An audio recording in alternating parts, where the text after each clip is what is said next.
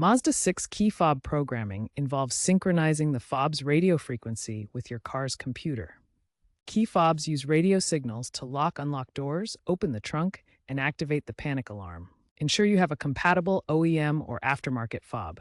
For 2003-2013 models, fobs are 3-button. 2004 Plus models have 4 buttons.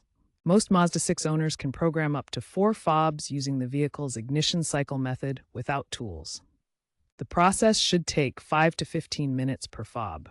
Consult your owner's manual or a certified Mazda dealer for vehicle-specific advice, as incorrect programming could require professional intervention. Begin by ensuring all doors are closed, no key fobs are inside the vehicle, and the ignition is turned off. Insert the key into the ignition and turn it to on without starting the engine, then back to off within 1 second. Repeat this cycle 4 to 5 times quickly. Some infotainment screens may prompt for pairing. Press and hold the lock button on the key fob for 1 to 3 seconds until you hear a beep or see the lights flash. Repeat for unlock and other buttons if needed. Repeat the button press for each additional key fob within 30 seconds of the first pairing. Test the key fobs by locking and unlocking the vehicle remotely.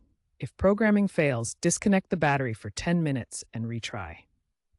For older models before 2014, use the driver's door lock method instead. Unlock and lock the door with the key 4 times, then press the fob buttons.